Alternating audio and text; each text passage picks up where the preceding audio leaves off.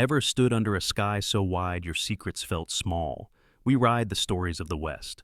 Campfire truths, trail dust, memories, saloon whispers. Gritty humans, sometimes messy. Every tale is a horizon to chase. Subscribe, pull up a stool, and maybe find a little courage for your own frontier. The wind did not howl so much as grind its teeth. It came down from the Sangre de Cristo like a living thing shoving drifts against the cabin and rattling the tiny wind chime Mason Hale had hung beneath the eave. The chime clicked and went quiet, clicked and went quiet, a thin sound swallowed by white. Inside, lamplight trembled over a plank table and an oiled rag. Mason sat square at the edge of the glow, a Winchester open in his hands, his thumb pushing a black ribbon of soot from the bore. He worked without hurry. The stove popped. Sap hissed in the seams of the split pinon. Every few breaths, the cabin let out a long, tired groan, as if it remembered a warmer state and missed it. The dog mound by the cottonwoods was a low, white hump, now snow over snow. Rust had gone last winter when the cold came too early. Mason had not filled the hole all the way. The ground had done it for him. Rosie, the old mule, shifted in the lean-to and thunked a hoof, a small comfort in a world that had been reduced to windwood and iron. Mason brushed the last bit of powder grit from the rifle's throat and closed the action. He set the Winchester in the corner by the door sight forward. He wiped the table with the edge of his sleeve and reached for the coffee pot. The dregs tasted like burned bark. He drank anyway. The chime hit a new note, not the chime at all. A dull, wrong thump stumbled against the door. He did not move at first. The wind can throw a branch just so. Then came a scrape low and dragging as if something with hands had lost its feet. Mason stood.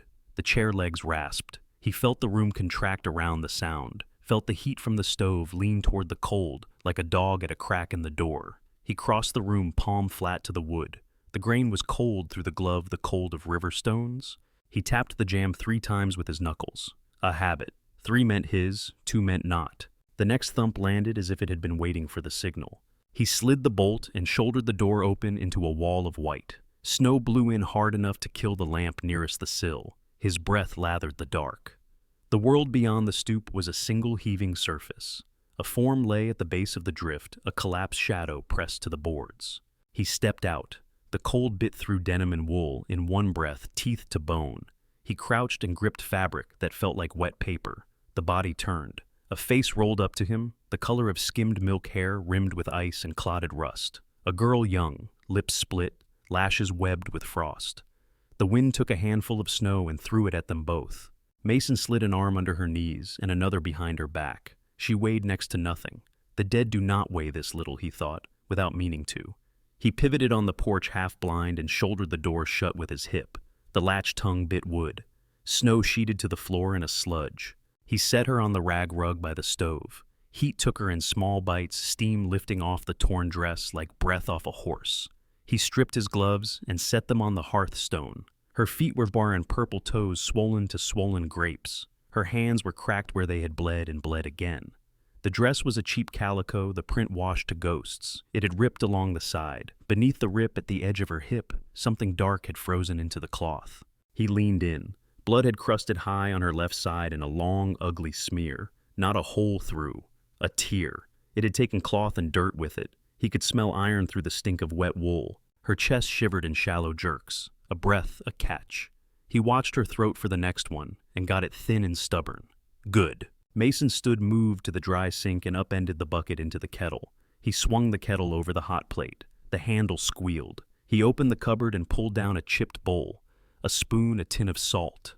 He set the bowl aside and reached into the drawer where he kept the knives found, the one he used on knots and rabbits alike, and the little roll of cloth that had once held his wife's needles. The cloth was clean. The space where the fine bone needle had been was empty. He glanced at the trunk under the window. A scuff of polish still clung to the lid. Abigail's initials were cut into the top, with a nail careful, almost shy. He let the glance die and turned back to the stove. The girl made a sound. It was not a word. It was the sound a calf makes when the rope slides and the knot bites in a tender place. He squatted, palms open and empty. "Can you hear me?" he said. His voice sounded like a shovel in gravel. "You're inside. You're by a fire." Her eyes cracked open to a thin blue slice. She saw a man and a knife in the hot belly of the stove. She flinched as if the air had struck her. He set the knife on the floor blade away. He held up both hands again. I'm going to warm water. That is all I'm doing." Her lips shaped a sound that did not make it out.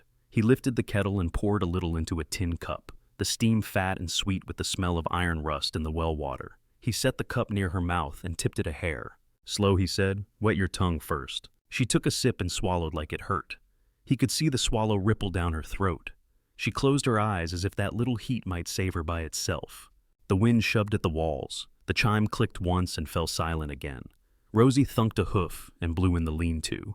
The cabin had become a skin around 4 living things and the storm outside.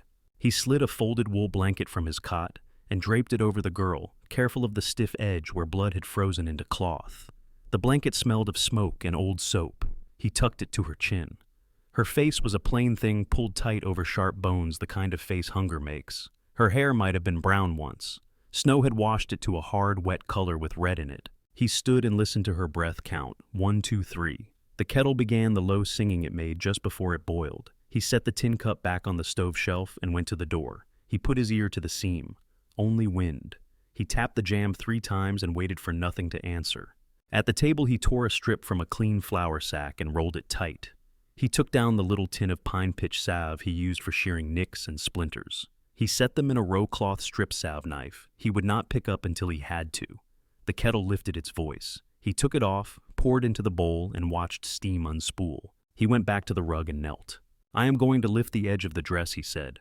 "I need to see the cut. That is all." Her eyes opened. They were clearer now, blue without much in them. She did not speak. She made her jaw square as if bracing for ice water. Mason put his fingertips to the torn hem. The fabric crackled where blood had glued it to skin. He breathed once through his nose slow and waited for the next breath to come. Then he began. The cloth lifted with a sound like ice breaking on a creek. Dried blood had glued the calico edge to skin. Mason worked the hem free a finger width at a time, dipping a rag in hot water and letting the steam loosen what the cold had welded. Heat brought the copper smell up sharp. He did not look at anything. He did not have to. He kept his eyes on the line he meant to clean. The tear ran along the outside of her left hip, a long, shallow furrow where a bullet had taken a kiss and kept going. The skin around it was swollen and hot, peppered with grit and thread lint, a bit of dress trapped in flesh. The wound had frozen on the outside and festered beneath. He could see it without needing the word. Her breath hitched when the soaked rag touched her. She jolted like a trout under a hand. Her eyes came open all at once, blue blown wide. She did not see a cabin. She saw a man and a knife in the wall at her back. Her hands flew to cover herself. One palm caught his wrist. It was small and bird-boned and fierce with fear. "Hold," he said low. He set the knife flat on the planks where she could see it. "I am cleaning the cut. That is all." Her jaw worked. She tried to sit, failed, propped herself on one elbow, then relented and went still by effort alone. Her gaze slid away from his face to the stovetop where the kettle breathed. He went back to the rag. Hot water darkened the crust and lifted it in slivers. He wiped and rinsed and wiped again. Each touch made her flank go tight as wire. "Drink," he said, and held the tin cup. She took it in both hands. The cup knocked her teeth once before she steadied. She took 2 swallows. Some of it ran from the corner of her mouth. He caught that with the edge of a clean cloth, without touching skin. He had to see how far the tear ran. He set the rag and reached for the knife, showed it to her, turned the blade so the lamplight slid along it, then set the point to the frozen cloth above the wound and cut. The sound of the slice was crisp and wrong against the room's small sounds. A strip peeled away. The dress fell in 2 sad pieces, barely a garment at all. He kept his shoulders square between her and the door and used his body to give her what privacy a one-room cabin could offer. Under the torn dress, the ribs showed like worn staves. Old bruises had gone to yellow at the edges. New ones were purple and mean. At her collarbone, just below the point where the neck dipped, hollow ink and scar had darkened the skin to a brand. A J winged inside a 5-point star, a J burned over the bird's heart. He knew it by sight. He had seen it once on a girl lifted from the river ice below Pueblo when the thaw came. He had not stayed for the talk. He had gone home and put his fist through a shed door and then repaired the door because a hole would not keep weather out. His face did not change. He took another cloth, dipped it, and pressed it to the wound. Pine pitch salve would need a clean bed to cling to.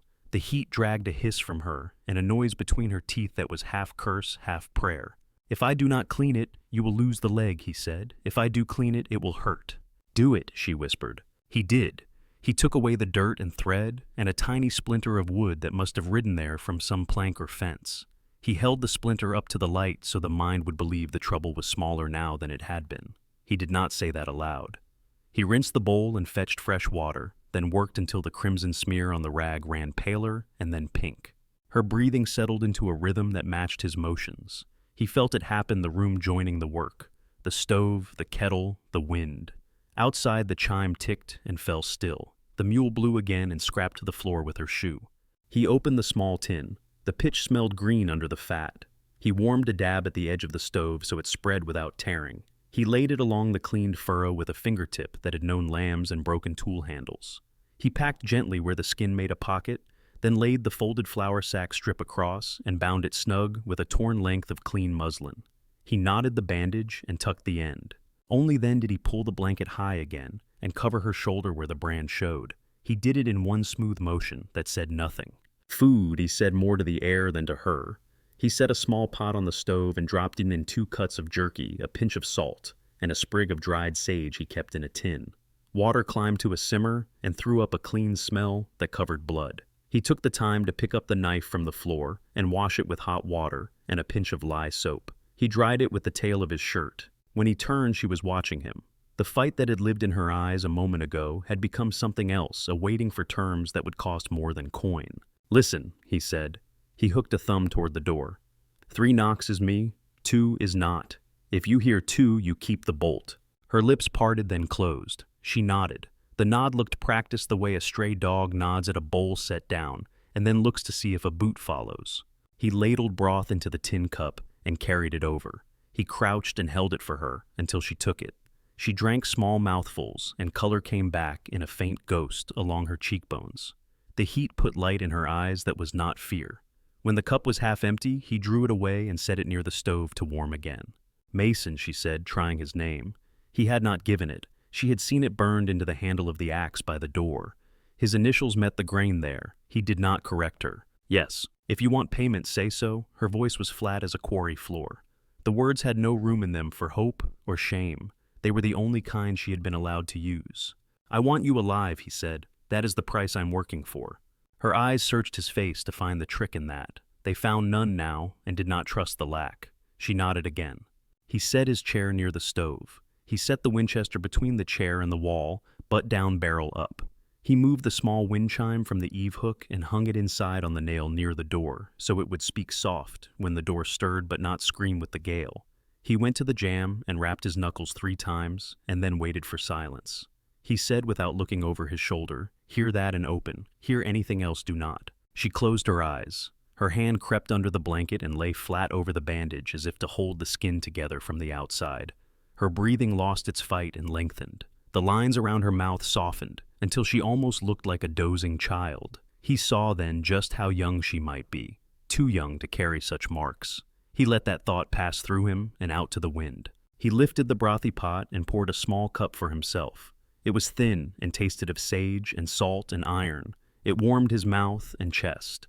He stood, went to the dry sink, and washed his hands in water he had warmed. The lye stung the raw split on his knuckle. He did not flinch.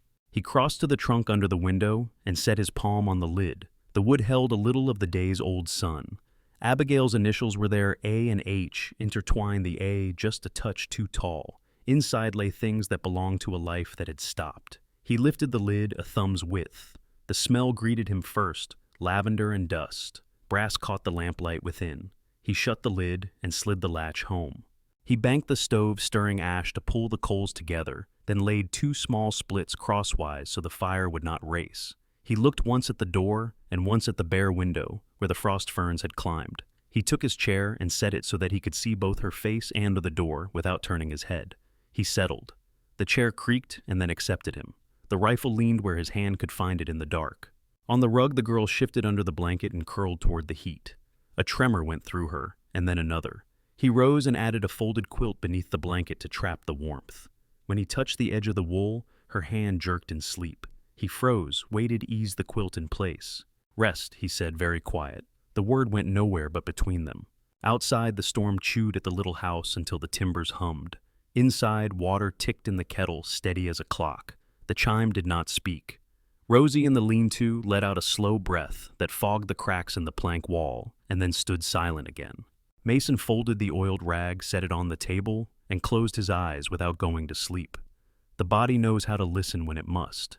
He listened to the line of her breathing and the small noises that belong to a house when it holds, and he kept the fire from going out. Night fell until the cabin was a small light in a white throat. The kettle ticked on the stove, the only sure measure of time.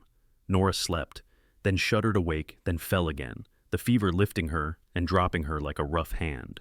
When the heat climbed, she talked to the dark. Names came first, hardly more than breath. Lily, Martha, Mama. Then pieces of room stairs, boots on wood, a curtain that hid sounds, but not the kind that mattered. Her hands flinched at ghosts no one else could see. The blanket rose and fell in a stutter. Mason wrung a cloth in hot water until it steamed and laid it on her forehead. He held it there while the heat fled the fabric and into her skin. He tipped a swallow of water against her mouth and watched for the swallow. When her jaw locked, he waited. When it loosened, he gave her more. He did not speak to soothe. He counted her breaths and listened for the ones that did not come easy. The wind kept up its work, pushing at the door until it groaned, then easing as if thinking of other doors to test. The little chime behind the nail clicked when the latch thought about moving. The click was a comfort because it meant the latch had not moved. Rosie stamped once in the lean-to and fell still again. In one of the near-dawn hours, the fever slid higher. Her skin was dry and hot, her eyes bright without focus. Sweat beaded at her temples and ran into her hair. She tried to throw the blanket off. He caught the edge and tucked it back, then pulled another quilt from his cot and laid it across her, careful not to weigh the bandage. Her body shivered under the heat. He held the cloth to her head and counted again. The wound told its own story. The bandage had drunk deep and turned brown at the center. The skin at the edge had reddened in a bright line. He took the strip away and cleaned again with hot water and soap, and that bought an hour, then another. He could feel the small breathing space open in the room when the smell of fresh water replaced the old iron stink. Sometime toward midday, she opened her eyes. The blue was back in them, thin but there. She squinted at the lamplight, then at him. She tried to sit and failed. He put his hand a handspan above her shoulder and said, "Quiet, stay." "Where am I?" she asked. Her voice was rough with sleep and fever. "San Luis," he said. "My place. You are inside a house. The storm is outside." She turned her face to the stove. The kettle hummed. The soft sound of sap hissing in the split peenon drifted across the floorboards. She let out a breath that had waited at the edge of her chest. "What is your name?" he asked. It was not his habit to ask. Names drag more than faces. She looked at the brand on her shoulder under the blanket and set her jaw. "Nora," she said after a pause. "Nora Quinn." He nodded. He did not give his then. She had already found it. Color had started to come back to her mouth, but her side had not settled the way it should.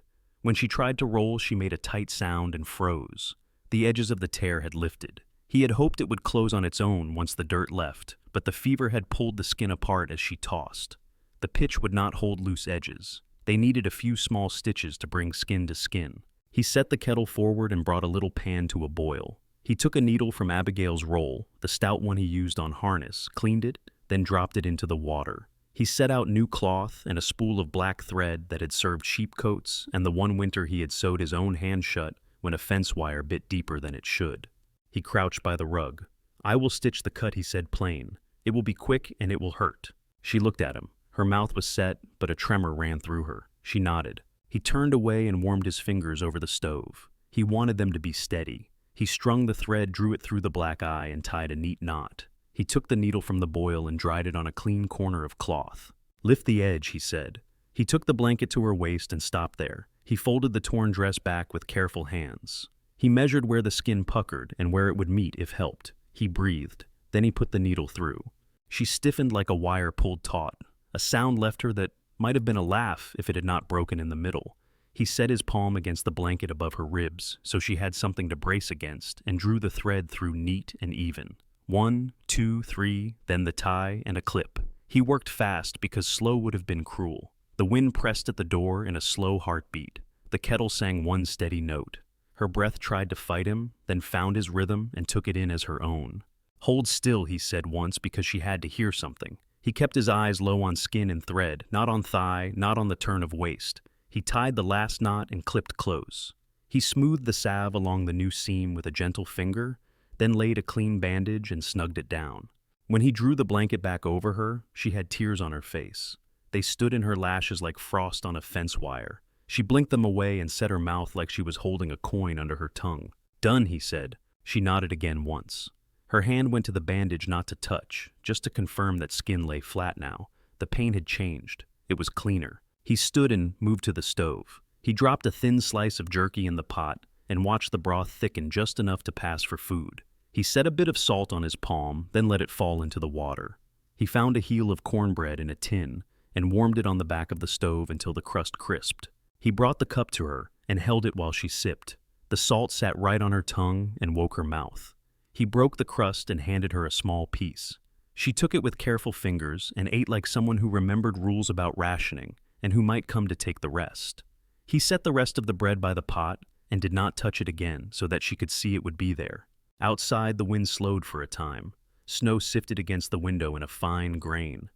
The chime gave a soft, single click when the door settled back into its frame. The house felt less like a boat and more like a room. "Thank you," she said. The words were new in her mouth, too big for the space they were given. He shrugged one shoulder. "Keep the blanket up. If you sweat through, tell me." She looked down at the wool tucked to her chin, then at his chair by the stove. "You do not sleep," she said. "I will take the chair," he said. "It is near the fire. I keep it going." She let her eyes move to the cot against the wall, and then back to the chair, and then to him. She did not ask a question, but he answered anyway. "You take the bed," he said. She lay back and watched the ceiling. The lamplight picked out the seams in the planks. The smell of sage and pine pitch hung in the warm air. She breathed once deep and slow, and then again. The fever had not left, but it had stepped back from the brink and looked over its shoulder. Mason banked the fire for the afternoon. He hung the damp cloths on a line between two nails near the stove. He cleaned the pan and the needle and set them on the trunk to cool. He checked the door, then the window, then the chime. He sat. The chair took his weight with a small sound, then went still. Nora turned toward the heat and closed her eyes. Her face almost looked young when the muscles let go. Her hands lay above the blanket where he could see them empty palm up. He watched until her breath fell into the slow, even kind that makes the body fit back into itself. He let his own lungs match hers. The room held. The storm gnawed at the eaves and then rested. The kettle whispered. The mule in the lean-to shifted and sighed. In the small house at the edge of the white, a man kept a fire and a woman slept. The first sign was not sun, but the quiet. The wind stepped away from the house and the boards let go a long-held breath. Frost feathered the window until it looked like a frozen fern. The little chime on the nail did not move. Mason stood from the chair, checked the banked coals, and set the kettle forward until it sang again. "Stay put," he said. "Bolt behind me. 3 knocks is me." Nora pulled the blanket to her throat and nodded. Her eyes were clear with a thin kind of light. He lifted the latch, slipped out, and dropped the bar on the outside. Cold took his teeth in one bite. Snow lay in piled backs against the eaves, blue at the edges under the new day. His boots sank to the ankle, then to the shin where the drifts had heaped, and then he found the hard crust higher up.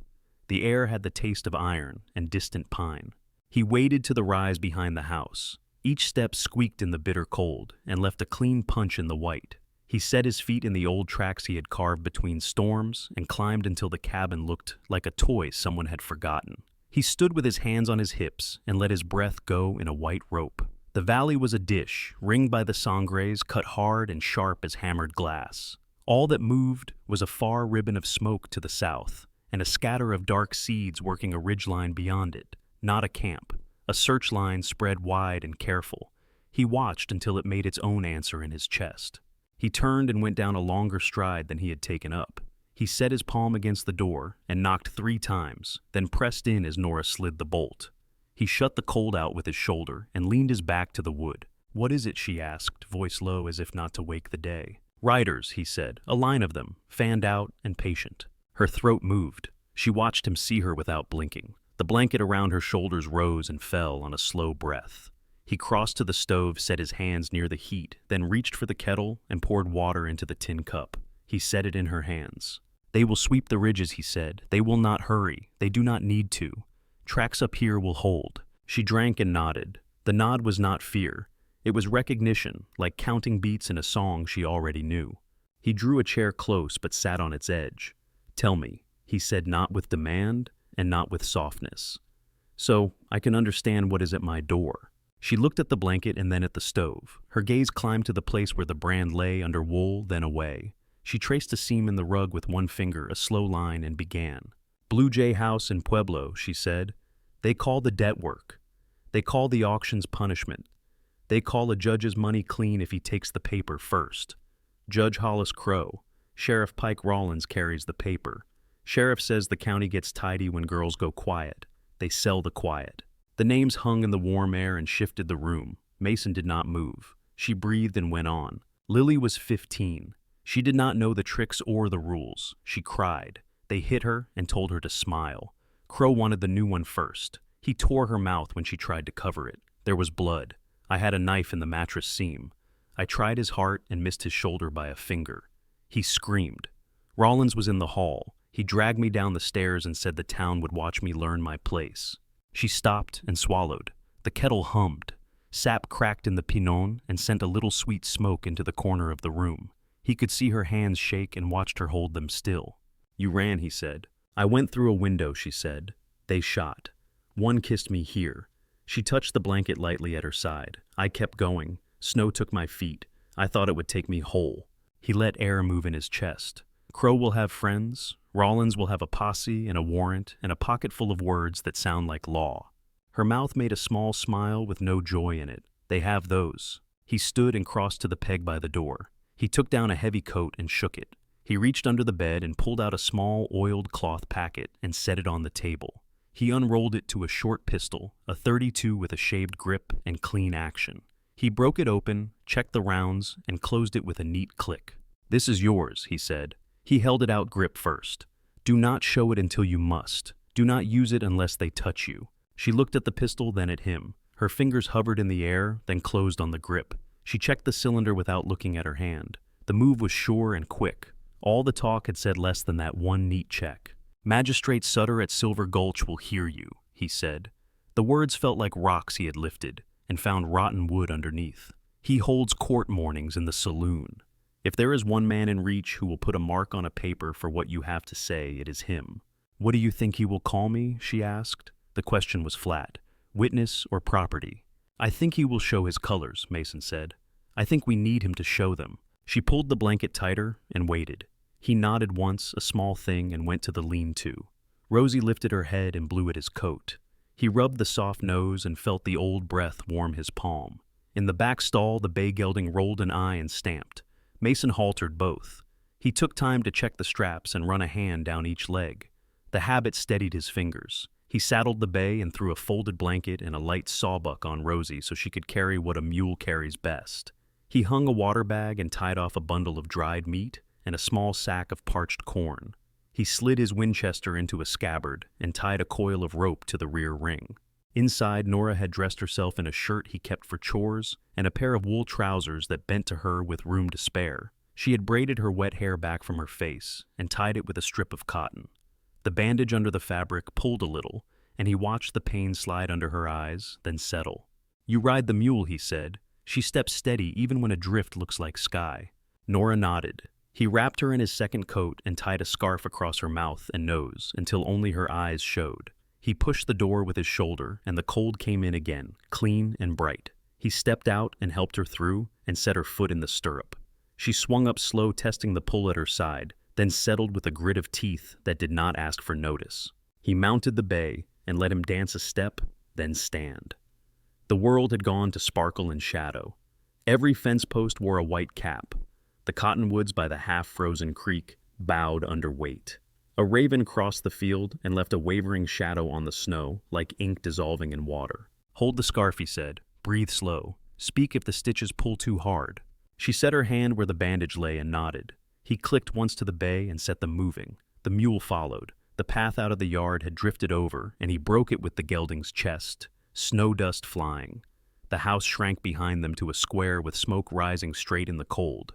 The chime did not speak. The whole valley listened.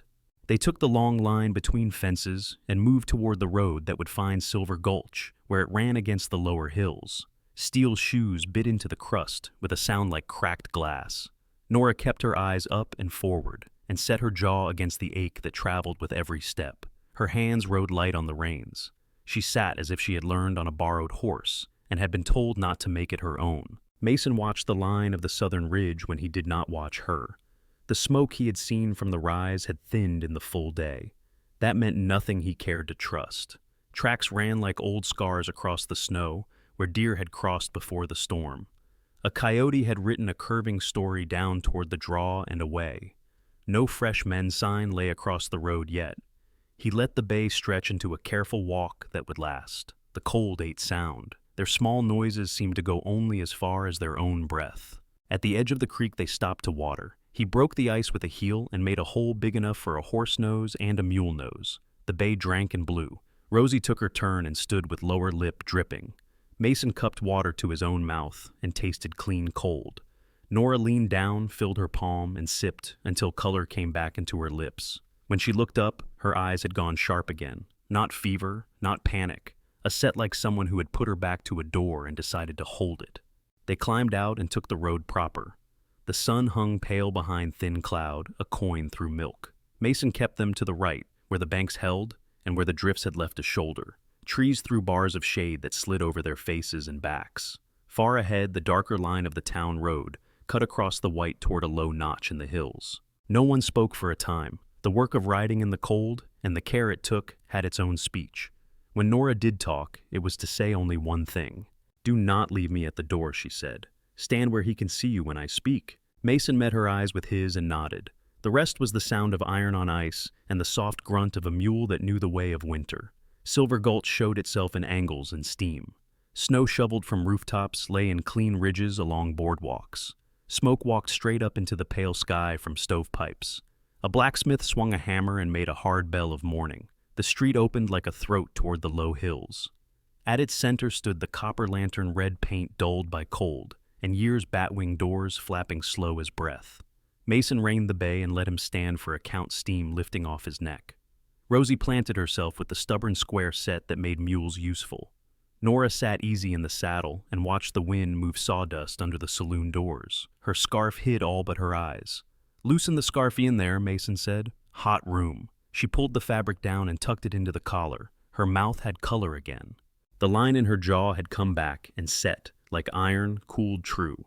He swung down first, tied the bay to the rail, then took Rosie's rein and made fast. He reached up, offered a hand. She ignored the hand and found the stirrup herself, then eased to the ground in a controlled slide. The movement pulled at her side. She held herself still until the pinch went soft. They crossed the boardwalk. The batwings pushed warm air into their faces, thick with beer-sour tobacco sweet and the fat smoke of frying salt pork. A one-eyed man at the upright piano was coaxing out a crooked tune. Cards whispered on felt at 3 tables. Men looked up and let their eyes do the measure they always did. The tune fell apart. The piano man lifted his hands and sat back. Mason kept going as if the music still played. He felt the old floor give under his boots in the places where it always had. He did not look left or right. He went to the back where a table held a half-empty whiskey, a book of accounts with a stub pencil, and a big man in a vest the color of red wine gone wrong. Magistrate Sutter had a face built for scowling and an appetite for it. The wet shine on his bottom lip said he had started his 10 o'clock early. At his right shoulder sat Deputy Wynne, narrow and eager jaw, tight as a knot. A second deputy, Clary, leaned against the wall, boots hooked on a chair rung, thumb riding the strap of his holster. Sutter, Mason said. He let the name settle. "She has a statement to make. We are here for the law." The magistrate looked at Mason, then let his gaze slide to Nora and stay there. His eyes took a slow walk over her, catching on coat seams on cheap cloth, made clean on the way she stood without leaning on the table edge. They did not care for the standing. His lip curled. "What you have is a runaway," he said. "What you have is property." Nora stepped forward until her knee brushed the table and met his eyes straight on. "My name is Nora Quinn," she said. "Simple the way one sets a post deep, so it will hold when the soil moves. I am here to lodge charges against Judge Hollis Crow of Pueblo County and Sheriff Pike Rawlins of Las Almas County. Assault, trafficking, conspiracy, rape." The words landed like coins. The men in the room did not reach for them. Sutter's face went purple at the edges, and then dark. He laughed short and mean. "Charges," he said. "You stand in here looking like that, and you say charges against men who serve. Crow is a judge of standing. Rollins is an officer elected by good men who pay their taxes. You are a debt. You have a brand to prove it. Clary's boot scraped the floor. Someone at the bar cleared his throat and tried to turn it into a laugh. Wynn lifted his chin and let his hand sit on his hip, not quite touching his gun. Mason watched the hand and not Sutter's mouth. He felt the room pull in. Nora's hand came up fast and clean. The slap was a sharp crack that cut through beer and smoke and talk. Sutter's cheek bloomed red. His head snapped to the side, then back. Shock made his mouth round. He reached for his glass and found only table. His voice went high before it dropped to a bark. "Arrest her," he said. "Arrest them both." Wynn was already up. He reached for the Winchester at Mason's shoulder. Mason did not lift the rifle. He turned his body and brought the butt around in a short arc. The oiled wood found Wynn's jaw with a thud that had teeth in it. The deputy went down on his knees with his hands at his face, blood threading past his fingers. Clary moved at the same time. He came off the wall and swept Nora from behind one arm, binding across her throat, and the other catching her wrist. She twisted against him and found his forearm with her teeth. He yelped, let go a fraction, then threw her. She hit the floor hard. The sawdust cushioned some, not her knee. Pain flared along the joint, and she bit it back. The room roaring in her ears was not the bar. It was a staircase in another building, boots and laughter, and a velvet curtain. She fixed her eyes on the knotwork of the table leg and came back into the room she was in. "Gun," someone said in a strangled voice that might have been Wynn's. "Gun." Mason held the Winchester low and did not aim it at a man. He lifted it and fired once at the ceiling. The shot tore a hole in plaster and spit dust and lath splinters down like snow. Men dove for cover by habit, not by thought. The bartender hit the floor. Sutter crouched and clutched his cheek. The piano man slid off the bench and under his instrument. Clary flinched and dropped his hand from his holster. "Back," Mason said, voice calm and big enough to fill the room without shouting. "Stay where you are." He reached for Nora with his left hand, fingers finding her upper arm. He pulled her up and set her on her feet without looking away from the room. He kept the Winchester between his chest and every set of eyes. She steadied on her bad knee and grabbed the edge of the table when the room tilted, then let go and stood under herself. "Out," he said to her. They turned together. No one rushed them. Wynn groaned and spat something onto the floor that knocked against a tooth. Sutter straightened slowly, one hand on the red bloom of his cheek, the other pointing like a man who had just remembered he was supposed to control things. "You are done here, Hale," he said. "You bring a branded girl into my court and raise a rifle at my deputies. You will not see the day out." Mason did not give him the courtesy of an answer. He shouldered through the batwings and into a street that had stopped to listen. A teamster paused with a sack over his shoulder. A woman at the general store door turned her face away and pulled her shawl up. Boys on a roof with shovels leaned on their handles and stared. The blacksmith's hammer found metal and then halted midair. Mount Mason said. He reached for Rosie's rein and shoved a boot into the stirrup to brace. Nora put a hand on the horn and launched herself up. The knee barked again. She sat it out with a deep breath that set her side to throbbing. He swung into the bay and spun him with his knee. A shot cracked from inside. The board in front of the general store jumped and spit a splinter into the street. Clary was late and wide. Mason did not turn his head. He put his heels to the bay and set him moving. He took Rosie's lead in his left hand and let the mule's weight tug at his shoulder as she found her stride. They ran the length of the street between two thin lines of faces. A crate fell from a cart and broke apart onions rolling along the gutter like green stones. A dog barked once and fled. A boy who had raised his hand to point let it drop. Men who had reached for pistols found they did not need them and were slow to put them away. Nora's coat flapped and filled with wind. The scarf at her neck snapped and settled. She sat tight eyes forward, breath loud in her own ears. The road fell away from town. The first line of houses blurred into snow and brush, and then nothing but drift and fence and distance. Mason did not look back, but he felt the eyes peel off them as they crossed the last plank of the bridge over the creek. The bay's stride lengthened and found the winter pace that could carry him for hours if asked. Rosie came on after ears forward, feet sure, even as planks slid under thin ice.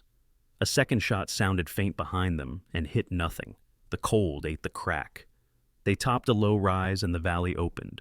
The sky had cleared to a washed blue, high and empty. The sangres carved themselves out of it in hard lines. The sun fell on the white and threw light up into their faces. Nora's knee throbbed, and then settled into a steady ache that she could ride above. Her side tugged at the seam he had sewn and held. She set her hand there once and pressed and felt the line hold under her palm. Breath in, breath out. The fear that had been a living animal in her chest had curled in on itself and gone still. Not gone. Set aside for the work of motion. Mason kept the bay at a pace that made room in the lungs and in the head. He rode the edge of the packed road where the crust took a shoe. His eyes went over the fence lines, the cuts in the snow where wind had gnawed the pale shadow of a hawk sliding across the white. He listened for hooves behind them and heard only their own. At a stand of willows by the creek, he cut them left and took a ranch track that ran narrow between old stone walls. The drift across it had a crust thick enough to hold if a hoof came down clean. The bay tested it, found it, and pushed through. Rosie placed every foot with the caution of a banker and made it look like grace. They reached a gap where a gate had hung once and now was only two standing posts charred black years ago. Mason slowed the bay to a walk and let his shoulders drop a fraction. He turned in the saddle and looked at Nora's face. Her skin had chapped across the cheekbones. Her eyes sat steady and bright. "Hurting," he said. "Enough," she said. It was true and did not ask sympathy. He nodded and faced forward. The breath from both horses smoked and then was gone. A raven crossed above them and croaked as if remarking on their smallness. It went on. The track bent north and found an old wagon rut polished by ice. The bay took it and made it a road. Rosie's halter rope tugged with a comfort in it, now a shared weight. They moved until the town and its walls and its faces and the plank floor and the red cheek were all a flat place behind them. The snow had the look it gets when wind stops, and the world waits to see what steps will be laid down on it next. The sound of a bell drifted from somewhere far and thin, maybe the blacksmith marking a job done, maybe a church finding its hour. It thinned in the clear air and went away. They rode on. They came into the home valley late, the light thin and slant. Mason felt the change before he saw it. The air was wrong, heavier, sour on the back of the tongue. Snow glared clean over the flats, but a dark plume stood where no plume should stand. Not the tight gray of a stove. This was black with oil in it, and a bitter edge that clung to the nose. He put the bay into a careful trot. Nora set her weight and let Rosie match the mule's ears pricked forward. The cabin rose out of the drift like a square jaw. The barn did not rise at all. Char and ribs of timber stood like the bones of a hand. Smoke dribbled from the heap and went straight up into the cold. Mason drew up at the yard and swung down. He smelled soaked ash and a sweet, sick note under it, like meat that never met a pan. Snow around the barn had melted and refrozen to a glass crust. A trail of wide boot prints circled the ruin and led away to the south fence. The gate hung open. The rope that had held it lay in a frozen S. "Stay a seat," he said without looking at Nora. She dismounted anyway, slow and stiff, and came to the edge of the black. The heat off the ashes licked at their shins. A beam folded inside. A flock of starlings lifted from the cottonwoods and turned as one, their wings a soft hiss. The cabin door had taken an axe. Deep bites scarred the plank around the latch. A strip of paper was nailed to the center of the door with a horseshoe nail. Mason reached and tore it free. The charcoal letters were jagged and hard. Hand over the J. He crushed the paper and kept his hand closed. The fist felt like a rock in winter. Inside the cabin, the air was colder than it should have been. The fire had gone out, the wood box had been kicked over, and two sticks lay on the floor like bones. Nothing was taken. A tin plate lay face down, a chair on its side. The trunk by the window sat where it always sat. Dust on the lid wore a new finger track across Abigail and Hale. Someone had touched and moved on. Nora went to the rug. She knelt, one hand pressed to her side. Her eyes found the little wind chime on the nail, and held there as if to tell herself there were still rules inside these walls. Mason set the crushed paper on the table and crossed to the back door. He opened it a hand's width and smelled the well. Lye stung the nose. He went out and kicked the crust from the rope bucket. He hauled. The rope came up stiff with cold and weight. The bucket broke the skin of the water and rolled. It came over the lip with a slop of white cloud and a sheen on top that caught the light. A dead jackrabbit bumped the iron rim and turned belly-swollen fur slicked. The stink pushed at him chemical and rot. He dumped the bucket with both hands and let the mess splash across the snow. The film spread and made a rainbow that had no business in winter. He sent the bucket down again and heard it knock the well stones. He did not pull. He tied it off and left it to swing and bump in the dark. Back inside, he crouched at the stove and stirred the ash until he found a live coal. He coaxed a curl of pine with his breath and watched a small flame catch. He fed it dry slivers, then 2 short splits.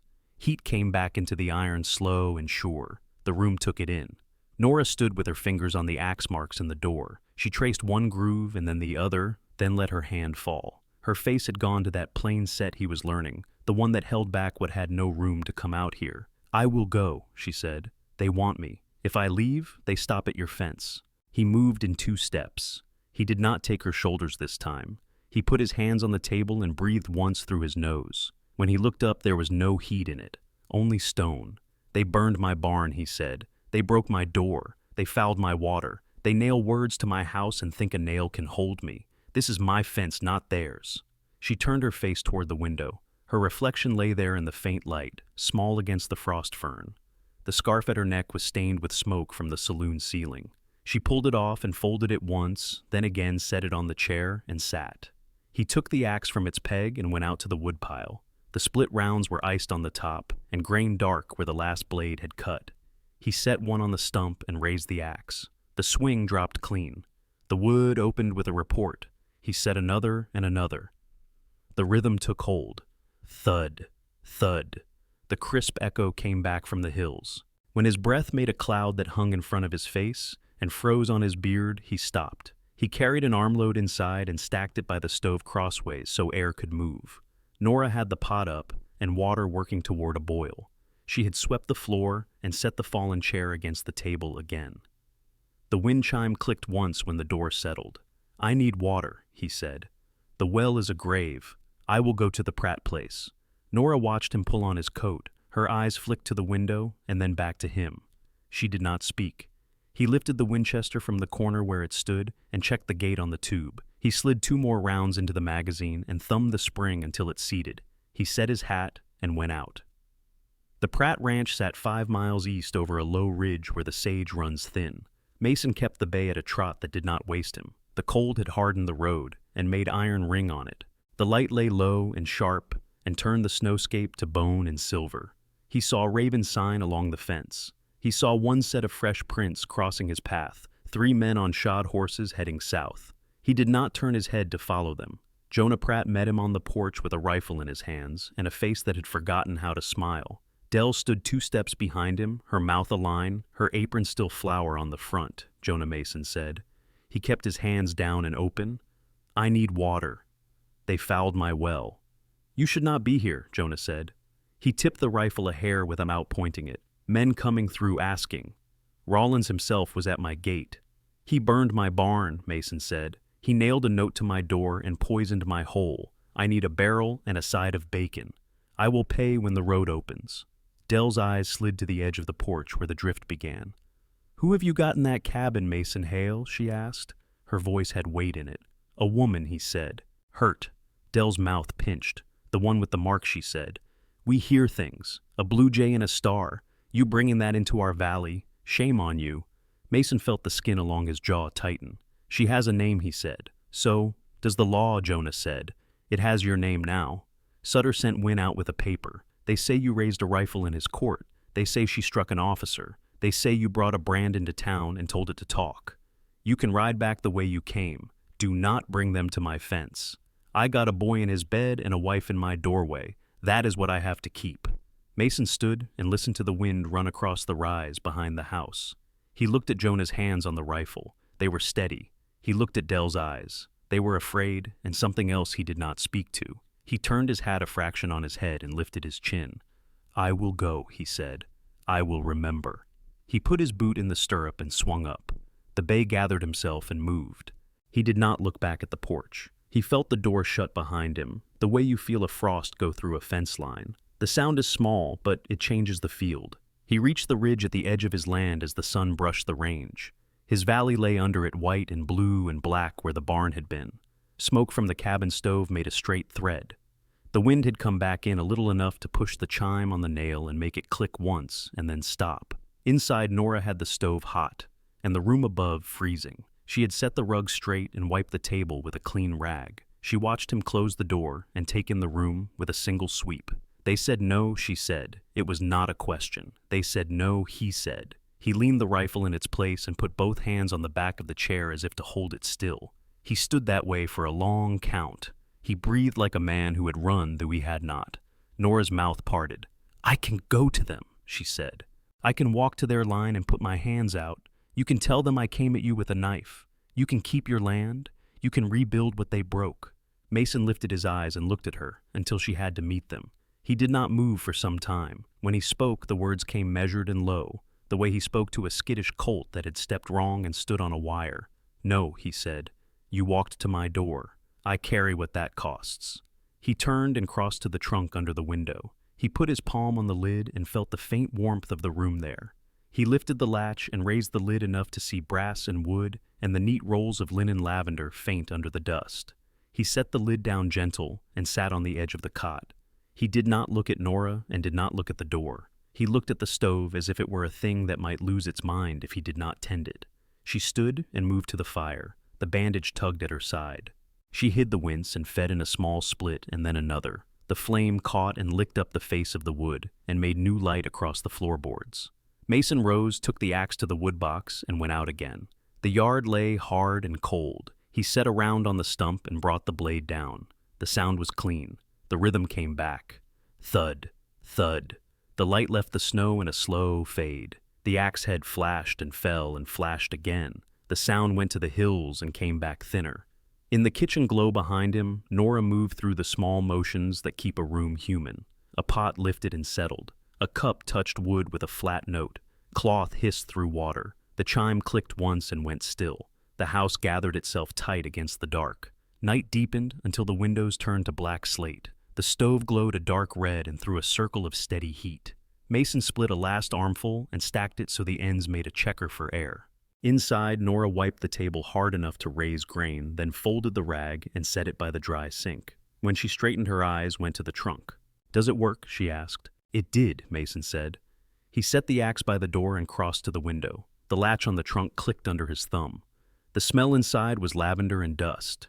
Brass lay cushioned in linen. He lifted the graphophone by its base, set it on the table, and turned it so the horn could drink the room. He took a small key from the box and wound the spring until he felt resistance. The cylinder in the cut velvet sat blank and smooth, a pale brown with the sheen of old wax. Nora stood close enough to see the needle. Steam from the kettle fogged the lower pane. The little chime on the nail gave one small click. "If he hears I am alone and ready to plead," she said voice level, "he will come to count his victory. He will talk." Mason looked at her. "There is a man who can carry a word to him without bringing a line of riders." "Who?" she said. "Buck McCrae," Mason said. "He traps the North Draw. He sells pelts to whoever pays. He likes coin more than anyone's good opinion." Nora watched his hands find the wax cylinders and count them with his eyes. 5. She touched the tip of one with her finger and drew back at the cool feel. "Tell him I am here," she said. "Tell him I will surrender to Rollins and to him alone." Mason set the lid back on the cylinder case. "He will pay for that message with a look through my window." "Let him," she said. "We are past hiding." Snow fell by fits in the hours before dawn, a sift that added nothing, and made each shadow look like a print. Mason saddled the bay and went out with the rifle under his coat. He cut along the cottonwoods low and slow until the trees cloaked him from the south line. The world was crisp, and every step made a clear note. He saw no men's sign that mattered. 2 owls traded a call across the gulch. Buck's lean-to crouched under a rock shelf. Smoke stood thin in the morning air. Mason stopped outside and whistled 2 notes he had used years ago when Buck's snares had taken rabbits from his fence line and a talk had been needed. The flap shifted. Buck looked out with eyes like a fox and a grin that never meant comfort. "You look cold," Buck said. "Message," Mason said. He unbuttoned his coat enough to take out a roll of notes and held them flat so the count showed. "For Rollins. The girl he wants is at my cabin. She will open the door for him and no other." Buck's eyes went to the money, then back to Mason's face. "Alone," he said. "Alone," Mason said. "He wants his own version of the truth to tell. He will come to get it." Buck took the money and palmed it away. "You are a strange man," he said. "Do you have the legs?" Mason said. "I travel when the coin is warm," Buck said. He ducked back, came out with a fur cap, and swung a saddle onto a thin roan. "If he rides, he will be in your yard by lights out." Mason set his jaw. He watched Buck ride for the south fence until the roan was a cut in white. He went home under the cottonwoods and kept to the shallow places. They set the room. Mason pried up the board that covered the cellar mouth and cleared the steps. He nested the Winchester at the level of a man's chest, standing at the stove and sighted along the seam of light that the crack in the flooring left. He set the board back and left a corner loose. Nora watched face still. She moved the table so the horn of the graphophone pointed toward the place where the visitor would stand to warm his hands. They tested the spring with nothing on the cylinder. Mason started the turn, and the machine whispered a dry little hum, a cricket's chorus caught in a pipe. Nora said her name into the horn as soft as a prayer, and Mason lifted the needle clear. He spun it back and set it again. It gave back a ghost that sounded like wind in another room, and the faint shape of her name. That was enough to say the wax would take a man's voice. Nora set the 32 where her hand could find it. She tucked it into the waistband under the shirt, then drew the coat over it. She wrapped a shawl around her shoulders and let it ride low so it would not catch. The bandage pulled when she breathed. She kept her hand off the wound and made herself a small shape the way the world had trained her to do. It felt like swallowing a stone. Mason looked at her. She looked back and did not blink. He went down the steps into the cellar and set his shoulder under the beam so it would not creak if he shifted weight. He put the barrel on the joist and breathed through his mouth. Late light took the edge of the hills and turned them blue. The cold came through the planks at Nora's feet. She lit the lamp and set it high so the horn caught the glow. She checked the salve lid with a fingertip, as if a stranger might believe she had been tending a wound. She stood where one arm's reach would touch the handle of the door bolt. The chime hung quiet. A horse came in slow and steady and stopped where a man could watch the door and the back window at the same time. The rider dismounted without a jingle. He let the reins fall. The knock that came was not a knock. It was a boot heel in the wood, one hit to see if the bar was set. Nora slid the bolt and opened a hand's width. The door pushed past her palm, and Rollins filled the space with the cold, and his breath and the weight of his coat. He shut the door with his heel and set his gloves on the table, as if he had come home. Melted snow beads glittered on his mustache. The liquor on his breath was rye with a harsh nail in it. "Well now," he said. He stretched his hands toward the stove and watched the steam rise off the leather. "You finally decided to stop running." Nora pulled the shawl close and made her voice small. "Please," she said, "take me back to the house in Pueblo. Do not take me to the jail. I will work off what I owe if you keep me from the rope." Rollins laughed low in his chest. "Rope," he said. "There are many ways for a day to go wrong before a rope comes into it. A judge has needs, a sheriff has duties, a town wants quiet, and a church wants men clean on Sundays. We all get what we want if the paper says the right thing." He turned his head and looked around the cabin with the slow care of a thief and a man who has been invited to steal. His eyes skated over the trunk and the lamp and the gun rack. He did not see the machine for what it was. He stepped to the stove and took the cup Nora had left there and sniffed it like a dog at a pan. He put it down and smiled at her, with his eyes on her mouth. "You think I did not know where you would go?" he said. "The snow makes a map. I can read a boot the same as I can read a prayer. That man of yours with the quiet face should have kept you shut tight in his house and prayed the thaw would take you both." "I am not," as Nora said, barely sound. "You are mine on paper," Rollins said. He took a half step, "and on the brand." Nora worked her hands together as if to warm them. "Judge Hollis Crow," she said, eyes down. "He paid to do what he did to the girl." "Lily, you said so." Rollins smirked. "A judge pays his share like any man who wants something kept to his own. Men who hear cases do not mean they stop being men. My office makes sure a debt keeps its shape. I take what is owed to the county, and a fee for the sheriff, and a fee for friends. There are men in 3 counties who sleep better because I carry the paper." The horn drank it all. The wax turned under the needle and took a forest of tiny lines that would be a voice later. The machine had a small hum. Rollins heard nothing but himself. "Please," Nora said, and she made it sound like a door giving in. "I am cold. I will not run if you let me sit." He came to her and set his hand in her hair and tightened his fist until it hurt. He watched her eyes for the flinch and smiled when he found it. The lamplight cut his face into planes and shadow. His coat hung open. The butt of his revolver showed plain above his belt. The floorboard lifted and hit the underside of the table, a single fast shove from below. The graphophone rocked, but stayed where it sat. The needle ticked and skated a hair, then found the groove again. "Hands off her," Mason said. His voice came from the dark of the cellar from the open plank, like the low note from a big drum. He rose through the gap and took the room like a storm takes a fence. The Winchester's sight sat on the place where a man's heart lives.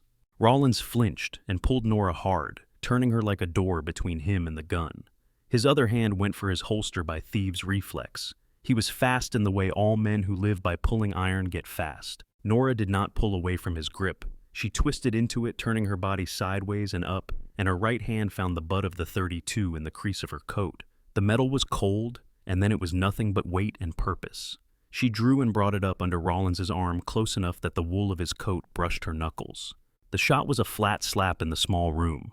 The muzzle flashed through a harsh picture of them all on the wall and took it back. Rollins's body jerked. His mouth made a shape that never found sound. He let go of Nora's hair and sagged. The smell of powder rushed out and sat heavy as a cloth. Mason moved in 2 long steps and took Rollins by the wrist and rolled him away from Nora. He kicked the revolver across the room, where it hit the baseboard, and stopped. Rollins looked up at the ceiling, as if there were words written there he had meant to read. Blood soaked his vest and spread in a quick heat that turned dark at the edges. His chest rose twice and then did not rise again. Silence grew until the tick of the graphophone's gear sounded like a clock in an empty church. Nora stood with the pistol in her hand, arms still extended. The tremor came into her elbow, then her shoulder. Mason took the gun and put it on the table and closed her hand around the edge so her fingers had wood to feel. "It is done," he said. He crouched and set 2 fingers to Rollins's neck where a pulse should live.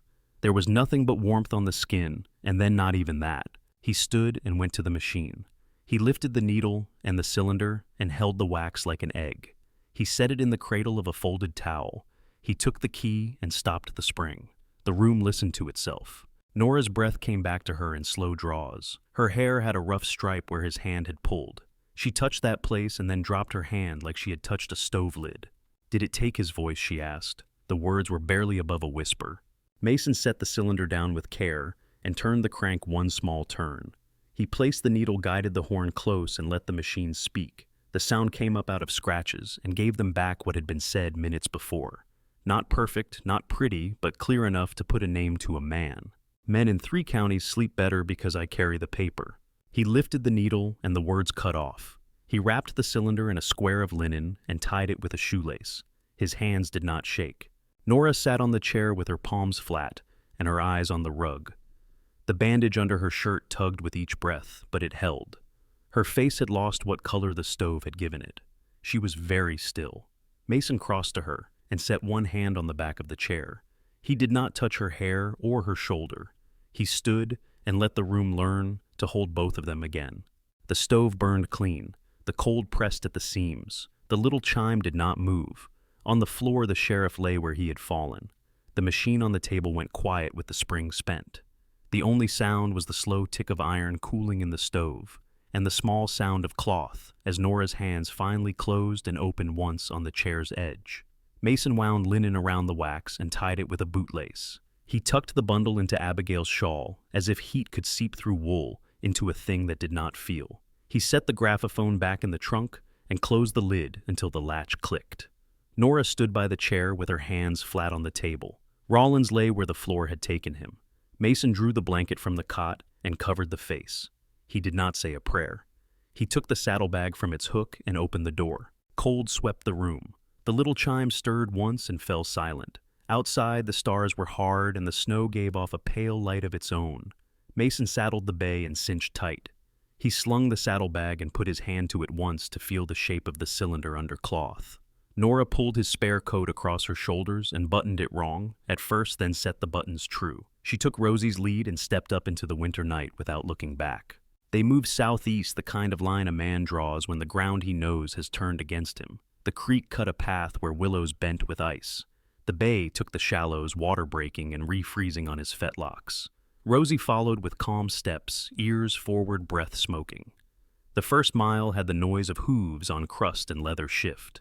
After that, sound flattened to breath and the far, thin ring of frost. They did not touch the road to Silver Gulch. Mason held to the low ground where a man could not be seen from a distance. They skirted a ranch light that glowed behind a cotton curtain, a small square that smelled like bacon if you closed your eyes. Nora kept her head up and her hand low on the horn. The pull at her side set in and did not sharpen. She checked it with her palm when the horses stood to breathe and felt it hold. They camped at the river where cottonwoods arm the bank and make dark shapes against the sky. Mason found a heel of dry ground under a leaning trunk and set a thumb-sized fire that did not smoke. He boiled snow in the coffee pot and dropped in a piece of jerk so small it softened to nothing in the water.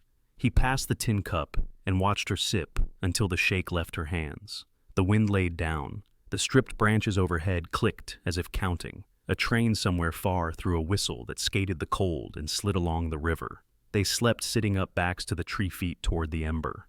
The next day they climbed onto the flats where the snow thins and sage keeps the ground. They crossed cattle sign and old wagon cuts patched with ice and dust. Twice they gave ground to riders from a distance, men moving west with their heads down and hats low.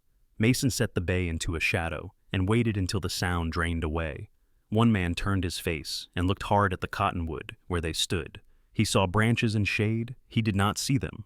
By the second night, the ground changed. Snow gave way to brown patches and then to earth scarred by iron rims. Smoke showed itself in plumes with a factory smell, coal and oil, and a little iron in it. Nora breathed it and felt the old itch in her ribs that says a train yard is near. She tasted cinder on her tongue and had to swallow twice. Denver rose out of the plain in blocks and brick. A bell rang the hour in a voice that metal keeps for itself. Wheels rang on boards. Men called to one another with tired voices. A team backed a load up to a platform, and a foreman kept time with a hand. Steam pulled off the roof of the depot and drifted across the track like a low cloud. No one looked at them twice in the street. That is how cities keep their secrets. The United States Marshal's office sat a block from the depot brick walls, red as a cut on a cold morning windows, with glass so clean a man could see his chapped face in it. A hand-painted sign read, Elias Stone, United States Marshal. Mason tied the bay to the rail and looped Rosie's lead. He gave the saddlebag a small tap and felt the round shape firm under the cloth. Nora pulled her coat tight and tugged at the scarf. They went in. A clerk in a white collar sat behind a high desk and looked down his nose without standing. His pen stopped on the page, but he did not lift it clear. He sniffed, then found his voice. Business, he said. Mason set the saddlebag on the counter. We need the marshal, he said. We carry a confession on a wax cylinder and a dead sheriff's name to go with it. The clerk's mouth went crooked, ready for a smile that would not reach his eyes. It died quick. He slid from his stool and into the back. Elias Stone came out after the clerk and closed the door behind him with a soft hand. He had gray in his beard and the eyes of a man who knows 7 ways a morning can go and counts all of them before coffee. His coat was plain and well made. He glanced at the shabbiness of Mason's shirt and the band of cloth under Nora's collar and did not let his eyes stick there. Sit, he said. Tell me with care. They sat. Mason spoke in a level voice, giving names and places, never letting talk run ahead of facts. Nora gave Lily's name and Judge Hollis Crow's, and the way a room can smell of cheap perfume and power. She put Sheriff Pike Rollins in Mason's cabin with the stove hissing and the wind at the seams. She did not look at her hands or at the floor while she said it. She looked at the marshal. Can you show me this machine? Stone asked. Mason pulled the graphophone from the bag and set it on the desk. He set the horn, checked the spring, and took the wrapped cylinder in both hands as if the desk could tilt. He set the wax in the cradle and placed the needle. The machine whirred, and the room seemed to bend around the horn to listen. The scratches lifted into words, not pretty, not clean. A drunk man laying out his trade as if giving a county fair speech. Men in 3 counties sleep better because I carry the paper. A laugh? A judge pays his share. Stone did not look away from the horn. He watched air shape to sound and let something pass across his face that might have been anger if he had been a young man. That is enough, he said. Mason lifted the needle. Silence came back into the office like air shipped in a crate and opened fresh. Stone leaned his hands on the desk. He spoke as if reading off a sheet. You will be held for a period as a material witness, he said to Nora. You will be charged, and your claim of self-defense will be heard. You will be fed and given blankets. You will not be left among drunks and thieves. You will not be touched. He turned his eyes on Mason. You will be held on a charge of harboring and disturbing the peace in a court. You will have water and coffee, and you will keep your temper. Mason nodded once. Nora's mouth pressed in. She did not object. Stone reached for a bell. The clerk came at a trot with a ring of keys. Bring 2 deputies, Stone said. Secure a receipt for that cylinder and lock it in the evidence box. Then show our guests to the holding cells. He signed a line on a form and set his seal impression in red wax across the flap of a wooden case. He slipped the wrapped cylinder inside and closed the lid, then slid the case into a steel safe and turned the wheel.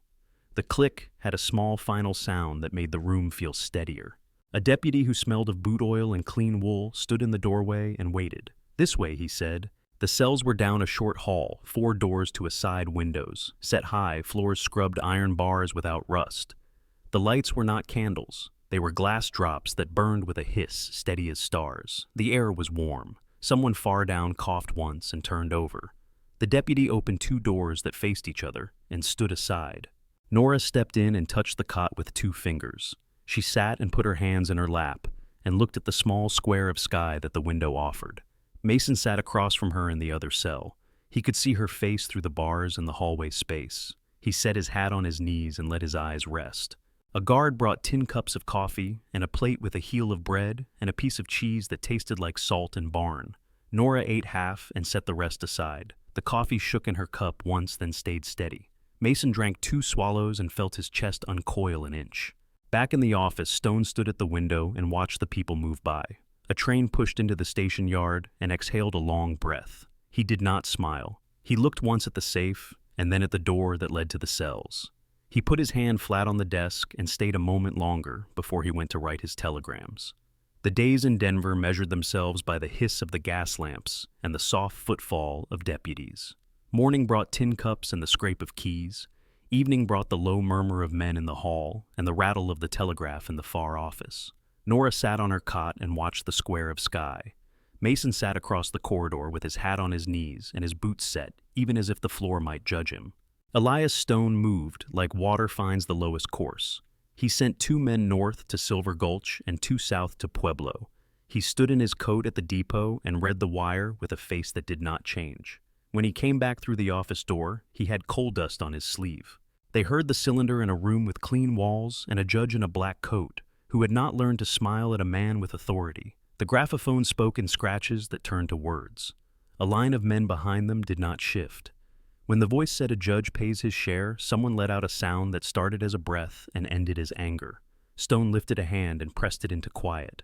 They brought a girl in from Pueblo with a scar at the corner of her mouth and a shawl that kept slipping. Lily looked at the door until she was sure no one would walk through it and make the room turn back into the other kind. She told what she could say without shaking apart. She did not look at Nora when she said it. She kept her eyes on Stone, and he kept his on her so she could finish. When it was done, the judge wrote for a long time, the scratch of his pen loud as the voice had been. He spoke without weight in it. "Self-defense," he said, and Nora's hands came into her lap and lay still. "Holding on, harboring, and a fine," he said, and Mason's jaw relaxed without making a show of it. Stone reached into his own pocket and set a packet of bills on the clerk's desk and did not ask for change. Blue Jay House was shuttered that week. A marshal's deputy nailed paper to its door, while men watched from across the street and pretended they were not watching. They said Judge Hollis Crow's name in the rail yard, and in a church vestibule, and at a table where men played cards soft, and they said it without admiration. Stone wrote another wire and did not wait to see who read it. When they gave Mason his hat and opened Nora's door, the light outside was thin and clean. The wind off the yard smelled of soot and something like rain, if a man had a good memory. They walked out under it and stood a moment with the city sorting itself around them. The ride home took what it took. Snow had retreated into ditches and under fences. The land showed ribs and a few green hairs of grass. Mason kept the bay to a steady pace. Rosie bore what she was given without complaint and stopped when told. At the river, meltwater ran cold and loud, chewing at the ice and making a new edge every hour. The valley opened in a color that was not winter. Patches of earth lay the brown of bread crust. The cottonwoods wore a pale haze where buds think about swelling. The cabin stood where it had stood. The barn was still a black frame against the slope. The wind chime on the nail under the eave spoke once a small, bright voice. Inside, the floor still held the stain where Rollins had fallen. It had gone from red to something dull that old wood knows how to keep. Nora filled a bucket and tipped it into a basin and made lye water that stung the eyes. She scrubbed until her shoulders ached and the boards went to a flat, clean gray. Mason scrubbed beside her until the skin on his knuckles thinned and split. They did not talk while they worked. The sound of bristles and the soft slap of water covered what words would have had to do. He pulled the rotted water from the well by the bucket until the rope ran easy and the smell went from wrong to nothing. He sent clean buckets down and brought up clean cold that fogged the rim in the morning air. He drank and let it sit in his mouth so he could be sure. At dusk, they carried what was left of the calico dress to the place where the barn had been and built a small fire on a bed of stones. The smell of pinon smoke went straight up and did not wander. Nora stood with the cloth in her hands and watched the flame take the first corner and turn it to curl and ash. She unbuttoned the collar of Mason's spare shirt and let one shoulder slip down. The mark lay there on the skin of blue jay pinned inside a star-old scar tissue raised and pale. "Heat it," she said. He did not ask her to think it over. He did not ask her to wait. He took the iron from the stove, a bar he used to lift lids, and held it until it glowed low and steady. He set it in her hand and kept his own hand on hers so the weight would not tremble. She placed the heat where she meant it to go. The sound was a quick, wet hiss. Smoke from the wood and something else mixed and lifted. Nora's jaw tightened and her eyes watered and cleared again. She did not speak.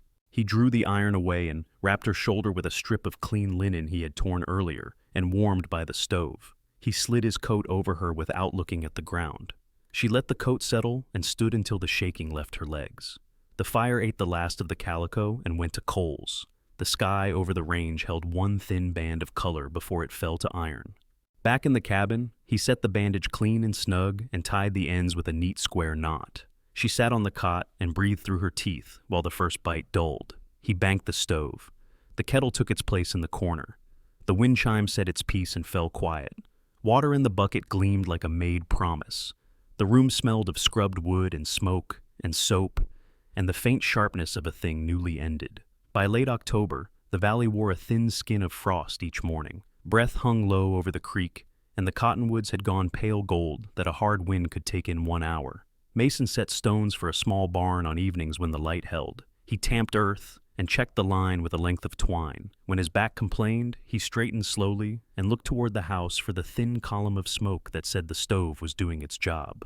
Inside, Nora worked dough with the heels of her hands until the tacky feel turned smooth and elastic. Yeast made its small, warm smell. The floor had been scrubbed so often the boards showed soft gray where the stained place used to be. The wind chime clicked now and then at the nail by the door, and sounded less like a warning and more like someone saying, "I am here." The first thing Mason heard was a wheel that did not want to turn. A low groan carried across the yard, then a voice that called to horses in a tone that knew them. He put the hammer down and walked to the road. A canvas-topped wagon came along the fence with one wheel listing. Letters flaked along the side said, "Children's Aid Society East." 4 horses pulled slow heads down. The woman on the seat held the reins with sure hands and a jaw set for long days. Her bonnet had a stiff edge. She took in Mason in one look and measured the roofline, the smoke, the space between the house and the ruined barn. "Sir," she said, "B. Fryer. We are bound east." Axel cracked 2 bends back. "I ask shelter one night and only the hearth for the children." "You have it," Mason said. "Water for the team and heat for the little ones. We have bread on." He walked alongside while she drove into the yard. The horses stopped, with the sigh that teams give when men are decent. He took the heads while she climbed down. She was practical and tired and did not waste words. Her eyes went once to the charred barn frame and once to the hinge marks cut into the door plank, and then she moved past them. Nora stepped into the doorway with flour on her wrists and the heat of the oven on her face. She wiped her hands on her apron and nodded to the woman. "Thank you," Mrs. Fryer said without ceremony. She unlatched the tail and lifted the canvas flap. "Come along," she called. "Mind your steps. There is bread and hot drink if you make your manners." Sixtus children climbed out and gathered into a knot. Their coats were gray and the same, ears stuck from under caps. Faces were thin and cautious in the way that comes from travel and from not knowing where the night will be. They ranged from a boy of maybe 10 with a gap where his front teeth should be, to a girl no taller than Nora's hip, who kept one fist in the hem of her coat and hummed under her breath as if to talk to herself. Mason took 2 at a time by the shoulders and guided them toward the door. Nora stepped back into the heat and made room at the hearth. She set the kettle to singing and poured molasses into tin cups and cut it with hot water so it would go down easy. The children wrapped hands around the cups and breathed in the sweet and drank like they had been told to take their time and could not help being quick. "Boots by the wall," Nora said, and the oldest boy nodded and began to line them up himself, toe to heel, tongues out to dry. Mrs. Fryer stood by the door and watched the heat touch faces. She set her gloves on the nail by the chime and rolled her shoulders like a woman who has carried a pack too far and knows there is farther still. "We cracked on the far bend," she said. I can mend it in light with a length of iron and a loop of rawhide. The road is kind once the valley opens. You have done the right thing, and I thank you for it. You will have soup, Nora said. It is only bones and a carrot, but there is bread with a crust. A crust will do, Mrs. Fryer said. She looked at the little girl who had not moved from where she stood just inside the door. Annabelle, she said. Say, thank you. The child looked up. Her hair was a pale straw color where it had escaped its braid. Her eyes were a blue that had learned to watch before choosing a place to land. She made a small bob. The humming started again, the sound a person makes when she has nothing else to hold. Nora turned. The tune was 6 notes small and sure, a lift and a fall and a lift again. Her hands stilled. Flour dust shook from the air. She took one step without meaning to and caught herself with a hand on the edge of the table. The breath she took did not find its way all at once. What is that song? Nora asked. The words were soft, so the child could set them where she needed. Annabelle stopped humming. She put one finger to her lower lip and thought about telling. She looked to Mrs. Fryer as if to ask if this was allowed. Go on, Mrs. Fryer said. Say, basim. Oh, I do not know, Annabelle said. It is mine. It is the one I have. Where did you learn it? Nora asked. The girl shook her head. It is just there, she said, and she smiled a little, as if the idea that something could be just there was a gift you could give yourself. Mrs. Fryer came nearer, with a small shift of her shoulders. She came from Laramie Orphanage, she said. Paper says foundling, mother deemed unfit. That is the word it uses, years ago. She has been in 3 houses and 2 wagons. She hums when she is not spoken to, and sometimes when she is. Nora put her hand to the chair back and held it. The room went quiet in a tight way, like snow when it decides to fall. The stove popped. The chime lifted once and set itself down.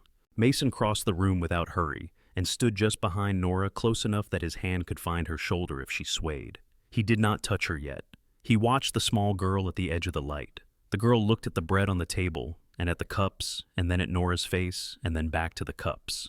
She hummed a fragment again without knowing she had. Nora crouched so she did not look down at the little one. She put both hands on her knees because she did not trust them if they were free. She did not reach. My name is Nora, she said.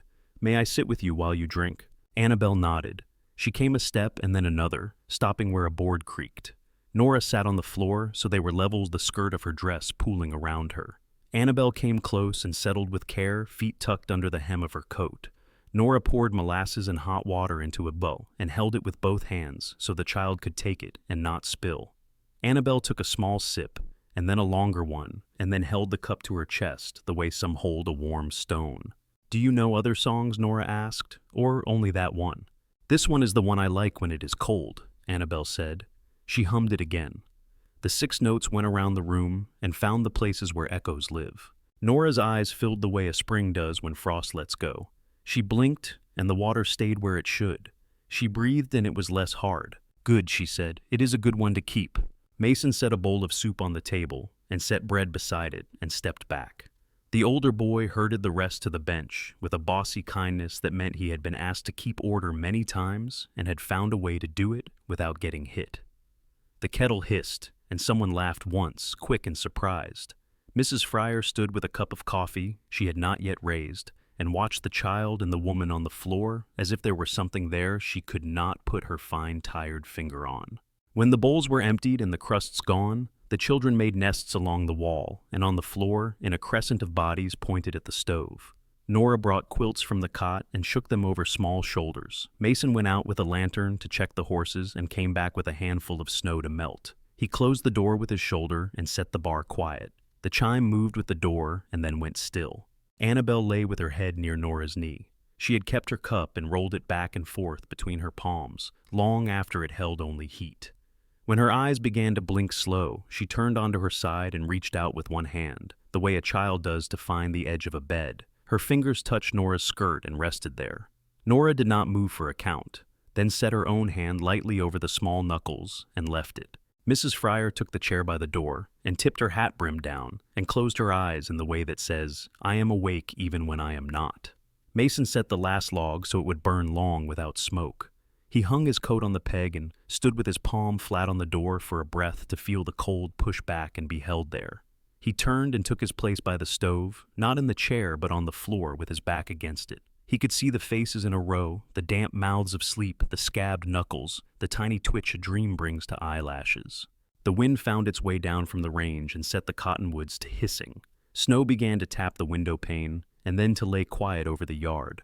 The ruined barn's dark ribs caught it and held white in their angles. The stack of stones that would be a barn foundation sat square and patient. The well bucket hung straight, and the rope no longer stank of anything but old hemp. The small house held its heat like a secret. Annabelle's breathing settled into the slow kind. Nora's hand stayed where it was. She looked at the child's hair where the lamp picked up strands that were almost white. She looked at Mason, and he looked back, and there was no question in it and no answer required. He reached and set his hand on her shoulder, now firm and warm, and left it. The chime on the nail gave a soft single voice and then was content. The bread smell, the iron warmth, the little sounds of sleep, all of it made a circle. The night laid itself over the valley and drew the edges in. The room did what rooms are meant to do. It kept what mattered from the cold. Outside, the snow went about its business. Inside, the last light slid down the wall and left the faces in peace. The stove ticked, the wind whispered, and the house breathed with the people in it. Thank you so much for listening to today's story. If this story resonated with you or made you reflect, I'd love to hear your thoughts, so feel free to share them in the comments below. And don't forget to like, subscribe, and hit the notification bell so you won't miss the next story.